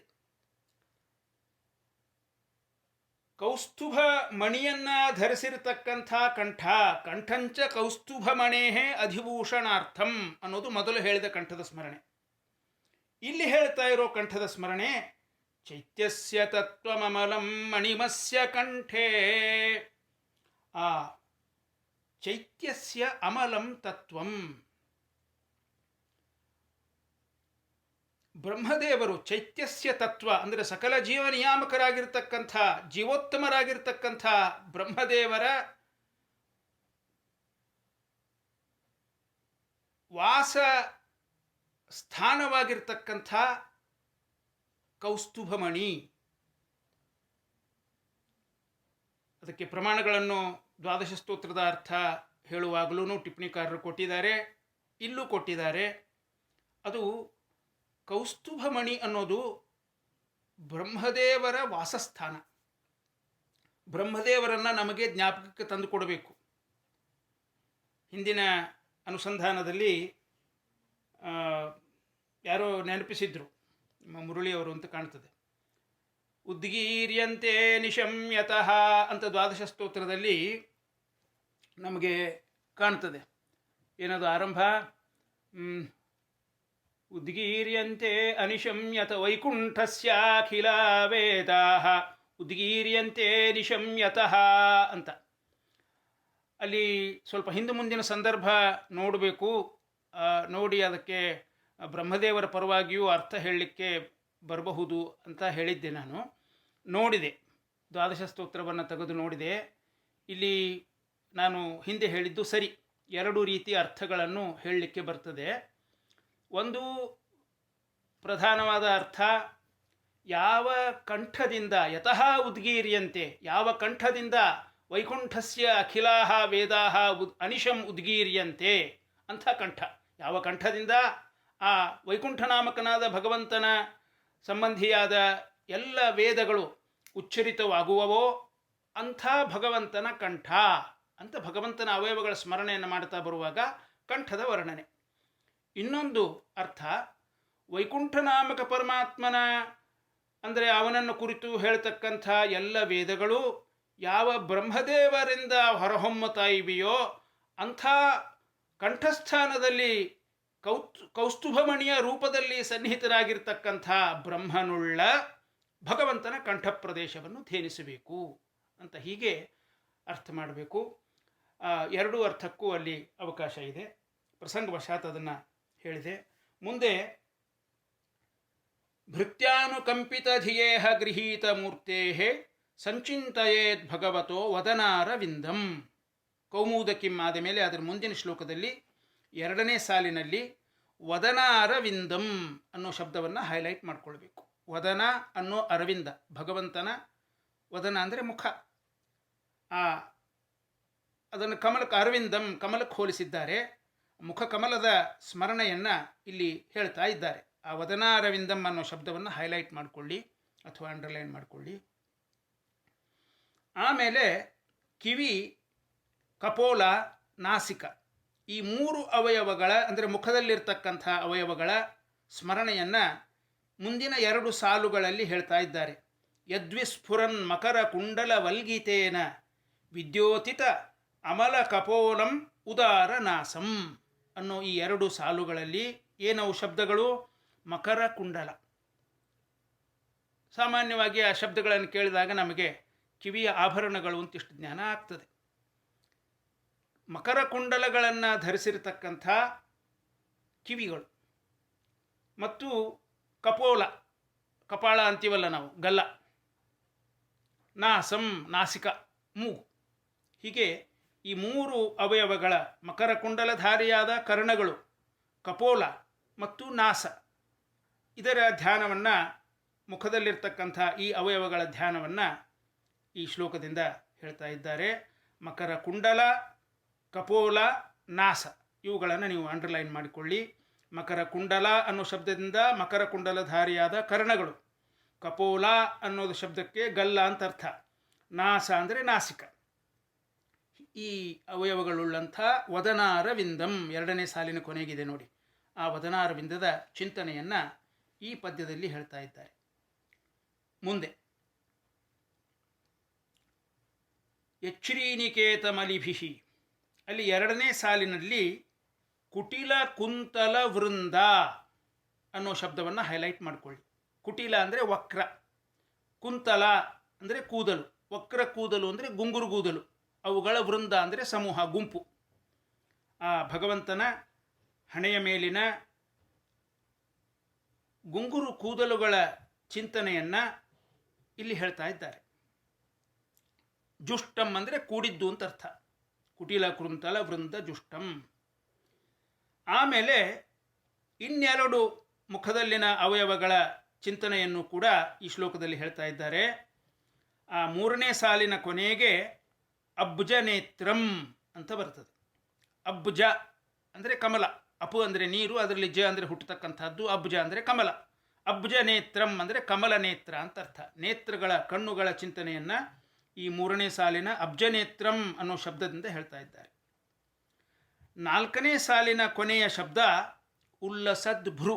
ಉಲ್ಲಸತ್ ಅಂದರೆ ಹೊಳೆಯತಕ್ಕಂಥ ಪ್ರಕಾಶಮಾನವಾದ, ಭ್ರು ಅಂದರೆ ಹುಬ್ಬುಗಳು, ಕಣ್ಣು ಮತ್ತು ಹುಬ್ಬು, ಅವುಗಳ ಚಿಂತನೆಯನ್ನು 3 ಮತ್ತು 4ನೇ ಸಾಲಿನಲ್ಲಿ ಅಬ್ಜನೇತ್ರಂ ಉಲ್ಲಸದ್ ಭ್ರು ಅನ್ನೋ ಶಬ್ದಗಳಿಂದ, ಮತ್ತು 3ನೇ ಸಾಲಿನಲ್ಲಿ ಕುಟಿಲ ಕುಂತಲ ವೃಂದ ಅನ್ನೋ ಶಬ್ದದಿಂದ ಭಗವಂತನ ಹಣೆಯ ಮೇಲೆ ಓಲಾಡುವ ಆ ಗುಂಗುರು ಕೂದಲುಗಳ ವರ್ಣನೆಯನ್ನು ಮಾಡಿದ್ದಾರೆ. ಮುಂದೆ ತಸ್ಯ ಅವಲೋಕಂ ತಸ್ಯಾವಲೋಕಮಧಿಕಂ. ಮುಂದಿನ ಶ್ಲೋಕದಲ್ಲಿ ಭಗವಂತನ ಅವಲೋಕ ಅಂದರೆ ನೋಟ, ಅವನು ಭಕ್ತರೆಡೆಗೆ ಬೀರತಕ್ಕಂಥ ಕೃಪಾ ಕಟಾಕ್ಷ, ಅದರ ವರ್ಣನೆಯನ್ನು ಮಾಡಿದ್ದಾರೆ. ಅಲ್ಲಿ ತಸ್ಯ ಅವಲೋಕಂ ಅನ್ನೋದನ್ನು ಹೈಲೈಟ್ ಮಾಡಿಕೊಳ್ಳಿ. ತಸ್ಯ ಅವಲೋಕಂ, ತಸ್ಯ ಅಂದರೆ ಆ ಭಗವಂತನ, ಅವಲೋಕಂ ಅಂದರೆ ನೋಟ, ಅವನು ನಮ್ಮೆಡೆಗೆ ಬೀರತಕ್ಕಂಥ ಕೃಪಾ ಕಟಾಕ್ಷ, ಅದರ ಚಿಂತನೆಯನ್ನು ಈ ಶ್ಲೋಕದಲ್ಲಿ ಹೇಳ್ತಾ ಇದ್ದಾರೆ. ಆಮೇಲೆ ಮೂರನೇ ಸಾಲಿನಲ್ಲಿ ಸ್ನಿಗ್ಧ ಸ್ಮಿತ, ಸ್ಮಿತ ಅಂದರೆ ಮುಗುಳು ನಗೆ, ಸ್ನಿಗ್ಧ ಅಂದರೆ ಸ್ನೇಹಯುಕ್ತ, ಭಕ್ತರ ಕಡೆಗಿನ ವಾತ್ಸಲ್ಯ. ಕೆಲವು ಸರ್ತಿ ನೋಡಿ, ನಮ್ಮ ಅನುಭವದಲ್ಲಿ ಬಂದಿರತಕ್ಕಂಥ ಮಾತಿದು. ಅತ್ಯಂತ ಆತ್ಮೀಯ ಸ್ನೇಹಿತರನ್ನು ದೂರದಿಂದ ನೋಡ್ತೀವಿ, ಕೂಗಿದರೆ ಕೇಳಿಸಲ್ಲ, ಎಲ್ಲೋ ಜನಗಳ ಜಂಗುಳಿ. ಆದರೆ ಒಬ್ಬರನ್ನೊಬ್ಬರು ನೋಡಿ ಕಣ್ಣುಗಳು ಸಂಧಿಸಿ ಮುಗುಳು ನಗ್ತಾರೆ. ಆ ಮುಗುಳು ನಗೆಯಲ್ಲೇನೇ ಸ್ನೇಹ, ಪ್ರೀತಿ, ವಾತ್ಸಲ್ಯ, ಆತ್ಮೀಯತೆ, ಅಷ್ಟು ಶಕ್ತಿ ಇದೆ ಆ ಮುಗುಳು ನಗೆಗೆ. ಅದು ನಮ್ಮ ಅನುಭವಕ್ಕೆ ಬಂದಿರತಕ್ಕಂಥ ಮಾತು. ಅದನ್ನು ಹೇಳ್ತಾ ಇದ್ದಾರೆ ಇಲ್ಲಿ. ಸ್ನಿಗ್ಧ ಸ್ಮಿತ, ಭಕ್ತರ ವಿಷಯದಲ್ಲಿ ಭಗವಂತನಿಗಿರ್ತಕ್ಕಂಥ ವಾತ್ಸಲ್ಯ, ಪ್ರೀತಿ, ಸ್ನೇಹ, ಅದನ್ನು ತೋರಿಸ್ತಕ್ಕಂಥ ಆ ಮುಗುಳು ನಗೆ, ಸ್ನಿಗ್ಧ ಸ್ಮಿತ, ಅದನ್ನು ಹೈಲೈಟ್ ಮಾಡ್ಕೊಳ್ಳಿ. ಅನುಗುಣಿತಂ ವಿಪುಲ ಪ್ರಸಾದಂ, ಎಷ್ಟು ಅರ್ಥಗರ್ಭಿತವಾದ ವಿಶೇಷಣ ನೋಡಿ.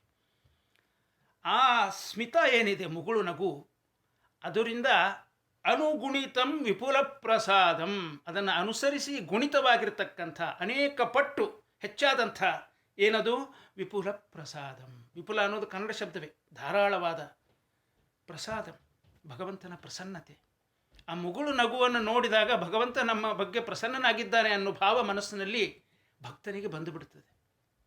ಆದ್ದರಿಂದ ಆ ಸ್ನಿಗ್ಧ ಸ್ಮಿತದಿಂದ ಅನುಗುಣಿತವಾದ, ಮಲ್ಟಿಪಲ್ಡ್, ಹೆಚ್ಚಾದ ವಿಪುಲ ಪ್ರಸಾದಂ, ಭಗವಂತನ ಪ್ರಸಾದ.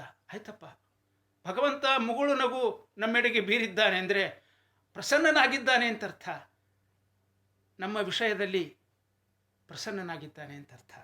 ವಿಪುಲ ಪ್ರಸಾದಂ, ಇಂಥದ್ದನ್ನು ಧ್ಯಾಯೇತ್ ಚಿರಂ, ಆ ಭಗವಂತನ ಪ್ರಸನ್ನತೆಯನ್ನು ಸೂಚಿಸ್ತಕ್ಕಂಥ ಮಂದಹಾಸವನ್ನು ಚಿರಂ ಧ್ಯಾಯೇತ್, ಮನಸ್ಸಿನಲ್ಲಿ ದೀರ್ಘಕಾಲ ಧ್ಯಾನಿಸಬೇಕು ಭಕ್ತನಾದವ. ಹಾಗಾದರೆ ಈ ಶ್ಲೋಕದಲ್ಲಿ ತಸ್ಯ ಅವಲೋಕಂ, ಭಗವಂತನ ಅವಲೋಕ ಅಂದರೆ ನೋಟ, ಸ್ನಿಗ್ಧ ಸ್ಮಿತ ಅನುಗುಣಿತಂ, ಅವನ ಮುಗುಳು ನಗು, ಆ ಮುಗುಳು ನಗುವಿನಿಂದ ಕೂಡಿರತಕ್ಕಂಥ ನೋಟ, ಅದರಿಂದ ನಮಗೆ ದೊರಕತಕ್ಕಂಥ ಭಗವಂತನ ಪ್ರಸನ್ನತಾದ ಭಾವ, ಅದರಿಂದ ಒಂದು ಅಭಯ ಮನಸ್ಸಿಗೆ, ನಾವು ರಕ್ಷಿತರು, ಅವನಿಂದ ಅನುಗೃಹೀತರು ಅನ್ನೋ ಭಾವ. ವಿತತ ಭಾವನಯ ಗುಹಾಯಾಮ್, ಗುಹ ಅಂದರೆ ನಮ್ಮ ಹೃದಯ ಗುಹ, ಆ ಹೃದಯ ಗುಹೆಯಲ್ಲಿ ಚಿರಂ ಧ್ಯಾಯೇತ್, ಇಂಥ ಆ ಭಗವಂತನ ಮಂದಹಾಸವನ್ನು, ಮಂದಹಾಸಯುಕ್ತವಾದ ನೋಟವನ್ನು, ಅವನ ಪ್ರಸನ್ನತೆಯನ್ನು ನಮ್ಮ ಮನಸ್ಸಿನಲ್ಲಿ ಚಿಂತಿಸಬೇಕು ಅಂತ ಹೇಳ್ತಾ ಇದ್ದಾರೆ. ಮುಂದಿನ ಪದ್ಯ ಹಾಸಂ ಹರೇಹೇ. ಹಾಸ ಅನ್ನೋದು ನಾವು ಕನ್ನಡದಲ್ಲಿ ಹಾಸ್ಯ ಅಂತೀವಲ್ಲ, ಅದೇ ಶಬ್ದ, ಸ್ವಲ್ಪ ವ್ಯತ್ಯಾಸ. ಹಾಸ್ಯ ಅಂದರೆ ಇನ್ನೊಬ್ಬರನ್ನು ತಮಾಷೆ ಮಾಡೋದು ಅನ್ನೋ ಅರ್ಥದಲ್ಲಿ ಉಪಯೋಗ ಮಾಡ್ತೀವಿ. ಇಲ್ಲಿ ಹಾಸ ಅಂದರೆ ಮುಗುಳು ನಗು, ಮಂದಹಾಸವೇ. ಹರೇಹೇ ಹಾಸಂ, ಎರಡೆರಡು ಶ್ಲೋಕಗಳಲ್ಲಿ ಆ ಭಗವಂತನ ಭಕ್ತರ ಎಡೆಗಿನ ಮಂದಹಾಸವನ್ನು ವರ್ಣಿಸ್ತಾ ಇದ್ದಾರೆ. ಅದಕ್ಕೆ ಚಿರಂ ಧ್ಯಾಯೇತ್, ಅದನ್ನು ಸುಮ್ಮನೆ ನೋಡಿ ಮುಂದೆ ಹೋಗೋದಲ್ಲ, ಸ್ವಲ್ಪ ಹೊತ್ತಲ್ಲಿ ನಿಂತು ಮನಸ್ಸಿನಲ್ಲಿ ಅದನ್ನು ತುಂಬಿಕೊಳ್ಬೇಕು. ಹಾಸಂ ಹರೇಹೇ, ಯಾಕೆ? ಅವನತ ಅಖಿಲ ಲೋಕ ತೀವ್ರ ಶೋಕಾಶ್ರು ಸಾಗರ ವಿಶೋಷಣಂ ಅತ್ಯುದಾರಂ, ನಮ್ಮ ಜನ್ಮ ಜನ್ಮಾಂತರದ ಹೃದಯಾಂತರಾಳದ ಶೋಕ ಸಾಗರವನ್ನೇ ಬತ್ತಿಸಿ ನಮ್ಮಲ್ಲಿ ಆನಂದ ಅಶ್ರುಗಳನ್ನು ಉಕ್ಕಿಸಬಲ್ಲಂಥ ಸಾಮರ್ಥ್ಯ ಇರುವಂಥದ್ದು ಆ ಭಗವಂತನ ಹಾಸ. ಹಾಸಂ ಹರೇಹೇ. ಅನಂತರ 4ನೇ ಸಾಲಿನಲ್ಲಿ ಭ್ರೂಮಂಡಲಂ, ಭಗವಂತನ ಭ್ರೂ ಅಂದರೆ ಹುಬ್ಬು, ಅದನ್ನು ಅಂಡರ್ಲೈನ್ ಮಾಡಿಕೊಳ್ಳಿ. ಆ ಶ್ಲೋಕದಲ್ಲಿ ಹಾಸಂ ಹರೇಹೇ ಮತ್ತು ಭ್ರೂಮಂಡಲಂ ಈ ಎರಡು ಅವಯವಗಳ ಚಿಂತನೆ. ಹಾಸ ಅನ್ನೋದು ಅವಯವ ಅಲ್ಲ, ಅಂತೂ ಆ ಭಗವಂತನ ಮುಖಾರವಿಂದವನ್ನು ನಾವು ಚಿಂತನೆ ಮಾಡುವಾಗ ಮಂದಹಾಸ ಸಹಿತವಾದ ಭಕ್ತರ ಕಡೆಗೆ ವಾತ್ಸಲ್ಯ ಪೂರ್ಣವಾದ ದೃಷ್ಟಿ ಮತ್ತು ಅದನ್ನು ಸೂಸ್ತಕ್ಕಂಥ ಮಂದಹಾಸ ಅದುಳ್ಳಂಥ ಭಗವಂತನ ವದನಾರವಿಂದವನ್ನು ನಾವು ಚಿಂತಿಸಬೇಕು ಅಂತ ಈ ಸಂದರ್ಭದಲ್ಲಿ ಹೇಳ್ತಾ ಇದ್ದಾರೆ. ಕೊನೆಯದಾಗಿ ಧ್ಯಾನಾಯನಂ. ಈ ಶ್ಲೋಕ ಹೇಳುವಾಗ ಪ್ರಹಸಿತಂ ಅಂತಲೂ ಹೇಳಿದೆ, ರಹಸಿತಂ ಅಂತಲೂ ಹೇಳಿದೆ. ತಪ್ಪು ಹೇಳಿ ತಿದ್ದುಕೊಂಡು ಮತ್ತೆ ಹೇಳಿದ್ದಲ್ಲ. ಪಾಠಾಂತರಗಳಿವೆ, ಎರಡೂ ಸರಿಯಾದ್ದರಿಂದ ಒಂದನ್ನು ಹೇಳಿ ಆಮೇಲೆ ಇನ್ನೊಂದನ್ನು ಹೇಳಿದೆ. ಧ್ಯಾನಾಯನಂ ಪ್ರಹಸಿತಂ ಅಂತ ಒಂದು ಪಾಠ, ಧ್ಯಾನಾಯನಂ ರಹಸಿತಂ ಅಂತ ಇನ್ನೊಂದು ಪಾಠ. ಅದಕ್ಕೆ ಅರ್ಥವನ್ನು ನಾನು ವಿವರಣೆ ಮಾಡಿದ್ದೇನೆ. ಈಗ ಪ್ರಹಸಿತಂ ನೋಡಿ, ಭಗವಂತನ ಹಸಿತಂ ಅದೇ ಮಂದಹಾಸ, ಪ್ರಕರ್ಷೇಣ ಹಸಿತಂ. ಅದರಲ್ಲಿ ಒಂದು ಸ್ವಲ್ಪ ವಿಶೇಷವನ್ನು ಸೇರಿಸ್ತಾ ಇದ್ದಾರೆ. ದ್ವಿಜಕುಂದ ಪಂಕ್ತಿ, ಅದೇ ಮೊದಲನೇ ಸಾಲಿನಲ್ಲಿ ಬಹುಲಾಧರೋಷ್ಠ. ಓಷ್ಠ ಅಂದರೆ ಅಧರ, ಓಷ್ಠ. ಅಧರ ಅಂದರೆ ತುಟಿ, ಓಷ್ಠ ಅಂದರೂ ತುಟಿ. ಎರಡೆರಡು ಶಬ್ದ ಯಾಕೆ ಹೇಳಿದ್ದಾರೆ ಅಧರೋಷ್ಠ ಅಂತ? ಒಂದು ಮೇಲ್ದುಟಿ, ಒಂದು ಕೆಳದುಟಿ ಎರಡಿರೋದ್ರಿಂದ ಬಹುಲ ಅಧರ ಓಷ್ಠ. ಆ ಬಹುಲ ಅನ್ನೋದು ಭಾಸಕ್ಕೆ ಅದು ವಿಶೇಷಣ. ಬಹುಲವಾದ ಭಾಸ ಅಂದರೆ ಕಾಂತಿ. ಇರಲಿ, ಈಗ ಅವಯವಗಳ ಚಿಂತನೆಯ ಶಬ್ದಗಳನ್ನು ನಾವು ಮಾರ್ಕ್ ಮಾಡಿಕೊಳ್ಳುವಾಗ ಅಧರೋಷ್ಠ ಅಂದರೆ ತುಟಿಗಳು ಮತ್ತು ಅದರೊಳಗಿನ ದ್ವಿಜಕುಂದ ಪಂಕ್ತಿ. ದ್ವಿಜ ಅಂದರೆ ಬ್ರಾಹ್ಮಣರು ಅನ್ನೋ ಅರ್ಥ ನಮಗೆ, ಅಥವಾ ಇನ್ನುಳಿದ ವರ್ಣದವರು ಅನ್ನೋ ಅರ್ಥ ನಮಗೆ ಅನೇಕರಿಗೆ ಗೊತ್ತಿದೆ. ದ್ವಿಜ ಅಂದರೆ ಹಲ್ಲು. ಯಾಕೆ, ಯಾವ ಕಾರಣಕ್ಕೆ ಬ್ರಾಹ್ಮಣರನ್ನು ದ್ವಿಜ ಅಂತ ಕರೀತಾರೋ ಅಂಥದೇ ಕಾರಣಕ್ಕೆ ದ್ವಿಜ ಅಂದರೆ ಹಲ್ಲು. ಒಮ್ಮೆ ತಾಯಿಯ ಗರ್ಭದಿಂದ ಹುಟ್ಟುತ್ತೀವಿ ನಾವು, ಇನ್ನೊಮ್ಮೆ ಉಪನಯನ ಆಗಿ ವೇದಾಧಿಕಾರ ಬಂದಾಗ ಮತ್ತೆ ಹುಟ್ಟುತ್ತೀವಿ, ಸಾಧನಾ ಶರೀರ. ಆದ್ದರಿಂದ ನಮಗೆ ಎರಡು ಸಲ ಹುಟ್ಟುತ್ತೀವಿ ಅಂತ ದ್ವಿಜರು ಅಂತ ಹೆಸರು. ಈ ಹಲ್ಲುಗಳು ಹಾಗೆ ಒಮ್ಮೆ ಬಂದಿರ್ತಾವೆ, ಬಿದ್ದು ಮತ್ತೆ ಬರ್ತವೆ. ಅವು ಕೂಡ ಎರಡು ಸಲ ಹುಟ್ಟುತ್ತವೆ, ಆದ್ದರಿಂದ ಹಲ್ಲುಗಳಿಗೆ ದ್ವಿಜ ಅಂತ ಹೆಸರು. ಅವು ಹೇಗಿವೆ? ಕುಂದ ಪಂಕ್ತಿ. ಕುಂದ ಅಂದರೆ ಮಲ್ಲಿಗೆ. ಆ ಮಲ್ಲಿಗೆ ಮೊಗ್ಗಿನಂತೆ ಶುಭ್ರವಾದ ಸುಂದರವಾದ ಹಲ್ಲಿನ ಪಂಕ್ತಿಗಳು.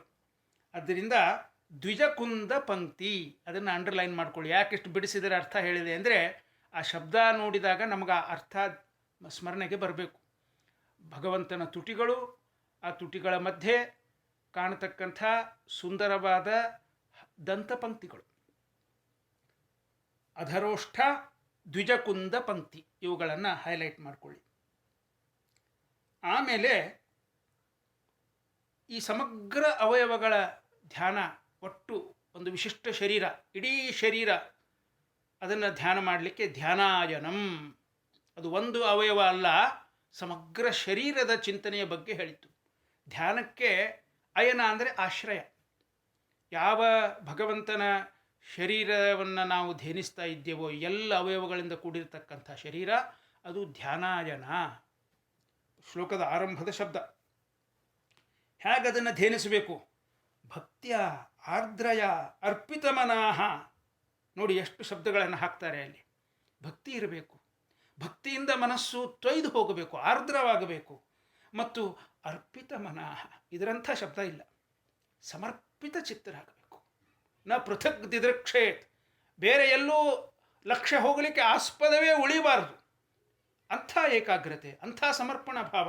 ಅದರಿಂದ ಭಗವಂತನ ಸಮಗ್ರ ಶರೀರದ ಧ್ಯಾನವನ್ನು ಹೇಗೆ ಮಾಡಬೇಕು? ಅಲ್ಲಿ ಅತಂದ್ರಿತಃ ಅಂತ ಹಿಂದೆ ಬಂತು. ಧ್ಯಾಯೇನ್ ಮನೋಮಯಂ ಅತಂದ್ರಿತ ಉಲ್ಲಸದ್ಭ್ರೂ. ಅತಂದ್ರಿತಃ ಏನೋ ಇದೊಂದು ರೋಟೀನು, ದಿನ ಎಲ್ಲ ಕೆಲಸ ಮಾಡ್ತಿರ್ತೀವಲ್ಲ, ಹಾಗೆ ಒಂದೇನೋ ಒಂದು ಸ್ವಲ್ಪ ಕೂತ್ಕೊಂಡು ಒಂದು ಶ್ಲೋಕ ಹೇಳಿ ದೇವ್ರ ಧ್ಯಾನ ಮಾಡಿದ್ವಿ ಅಂತ ಅನಿಸ್ಕೊಂಡು ಹೇಳೋದಲ್ಲ. ಅತಂದ್ರಿತಃ, ಪ್ರಯತ್ನಪೂರ್ವಕವಾಗಿ, ಎಳ್ಳಷ್ಟು ಆಲಸ್ಯ ಇಲ್ಲದೆ. ತಂದ್ರ ಅಂದರೆ ಆಲಸ್ಯ. ಅತಂದ್ರಿತಃ, ಆಲಸ್ಯ ಇಲ್ಲದೆ ಪ್ರಯತ್ನಪೂರ್ವಕವಾಗಿ ಮಾಡಬೇಕಾದ ಒಂದು ನಮ್ಮ ಜೀವನದ ಎಲ್ಲ ಕ್ರಿಯೆಗಳಲ್ಲಿ ಅತ್ಯಂತ ಮಹತ್ವಪೂರ್ಣವಾದ ಕಾರ್ಯ ಇದು.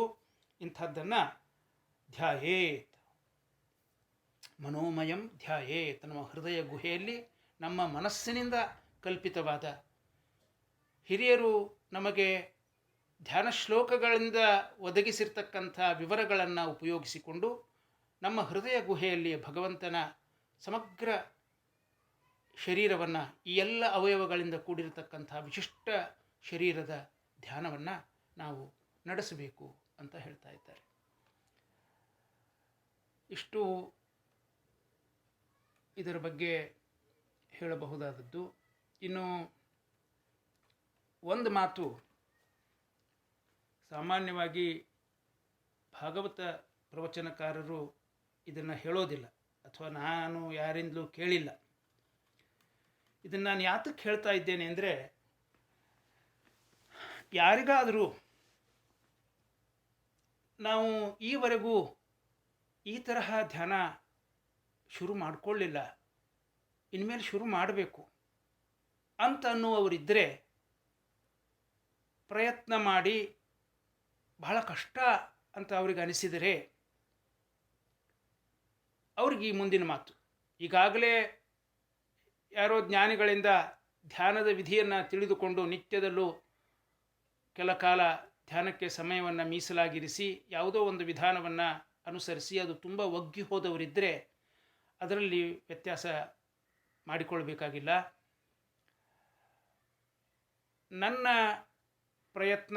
ನನ್ನ ಪ್ರಯತ್ನದಲ್ಲಿ ನಾನು ಎದುರಿಸಿದ ತೊಂದರೆಗಳು,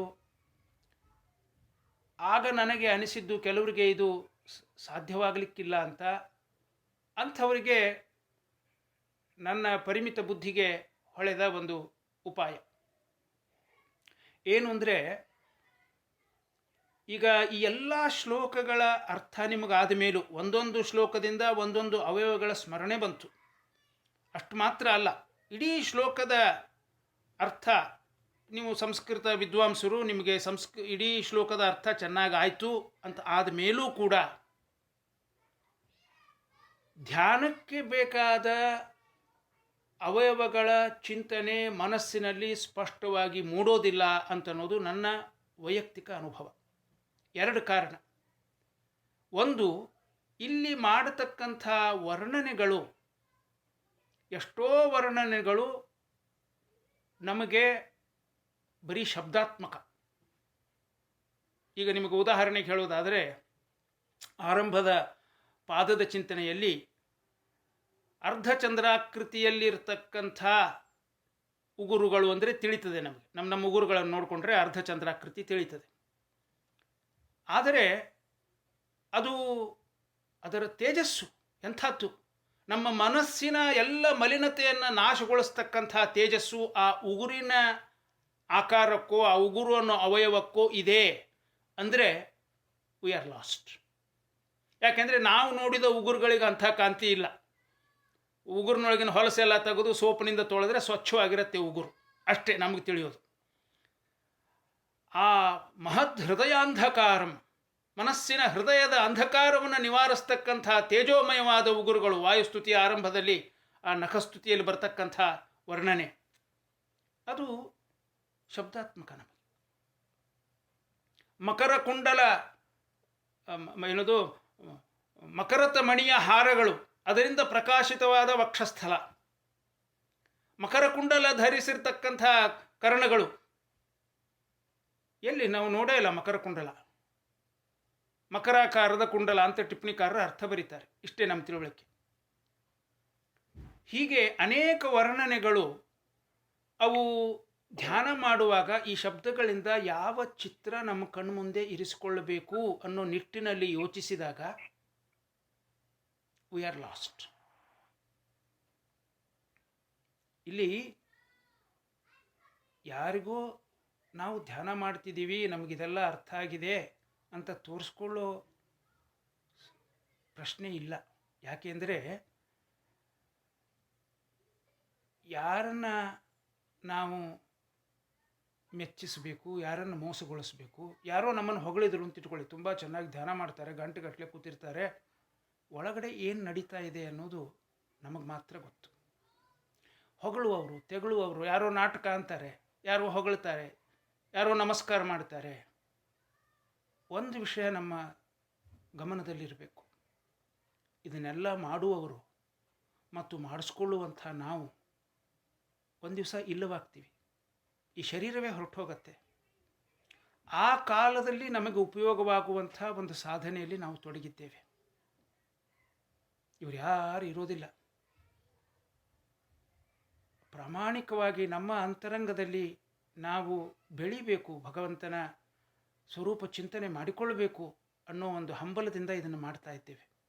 ಇಲ್ಲಿ ಎಷ್ಟು ನಮಗೆ ದಕ್ಕಿದೆ, ಯಾವುದು ಸಿಕ್ಕಿಲ್ಲ ಅನ್ನೋದರ ಸ್ಪಷ್ಟ ಅರಿವು ನಮಗೆ ಇರಬೇಕು. ಮತ್ತು ಆ ತರಹದ ಸಾಧನೆ ಮಾಡ್ತಾ ಇರುವವರಲ್ಲಿ ಕೂತ್ಕೊಂಡು ನಮ್ಮ ತೊಂದರೆಯನ್ನು ಬಿಡಿಸಿ ಹೇಳಿ ಅವರಿಂದ ಏನಾದರೂ ಸಹಾಯ ಪಡೀಲಿಕ್ಕೆ ಸಾಧ್ಯ ಆದರೆ ಪಡಿಬೇಕು. ಈ ನಿಟ್ಟಿನಲ್ಲಿ ಯೋಚನೆ ಮಾಡಿದಾಗ ಯಾರಿಗೆ ಈ ಶ್ಲೋಕಗಳಲ್ಲಿ ಹೇಳಿದ ಅವಯವಗಳ ಶಬ್ದಗಳ ಅರ್ಥವನ್ನು ತಿಳಿದ ಮೇಲೂ, ಶ್ಲೋಕದ ಅರ್ಥ ಆದ ಮೇಲೂ ಒಂದು ಸಮಗ್ರ ಚಿಂತನೆ ಮನಸ್ಸಿಗೆ ಬರೋದಿಲ್ವೋ, ಅವರು ಏನು ಮಾಡಬಹುದು ಅಂತಂದರೆ, ಇಷ್ಟ ದೇವತೆ, ಉಡುಪಿ ಕೃಷ್ಣ, ತಿರುಪತಿ ತಿಮ್ಮಪ್ಪ, ಯಾವುದೋ ಒಂದು ಇಷ್ಟ ದೇವತೆಯನ್ನು ಮನಸ್ಸಿನಲ್ಲಿ ತಂದುಕೊಂಡು ಪಾದದಿಂದ ಶಿರಸ್ಸಿನವರೆಗೆ ಆ ಇಷ್ಟ ದೇವತೆಯ ಧ್ಯಾನದಲ್ಲಿ ಮನಸ್ಸನ್ನು ಕೇಂದ್ರೀಕರಿಸಿ ಈ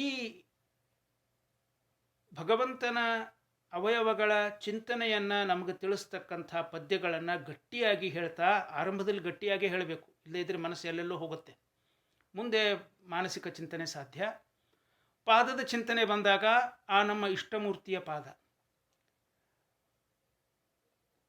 ಮೊಣಕಾಲಿನ ಚಿಂತನೆ ಬಂದಾಗ ನಮ್ಮ ಇಷ್ಟಮೂರ್ತಿಯ ಮೊಣಕಾಲು, ಸೊಂಟದ ಚಿಂತನೆ ಬಂದಾಗ ನಮ್ಮ ಇಷ್ಟಮೂರ್ತಿಯ ಸೊಂಟ, ಶಂಖಚಕ್ರ ಗದಾಪದ್ಮಧಾರಿಯಾಗಿ ಆಗಿರ್ತಕ್ಕಂಥ ಭಗವಂತನ ಚಿಂತನೆ, ಶ್ಲೋಕದಲ್ಲಿ ಹೇಳಿದ ಶಬ್ದಗಳನ್ನು ಹೇಳ್ತಾ ನಮ್ಮ ಮನಸ್ಸಿನೊಳಗಿರ್ತಕ್ಕಂಥ ಇಷ್ಟಮೂರ್ತಿಯ ಆಯಾ ಅವಯವಗಳನ್ನು ಚಿಂತಿಸ್ತಾ ಹೀಗೆ ಧ್ಯಾನ ಮಾಡ್ತಾ ಮುಂದುವರೆದಾಗ ಅವೆರಡರಲ್ಲಿ ಒಂದು ಹೊಂದಿಕೆ ಕಾಣಿಸ್ತದೆ.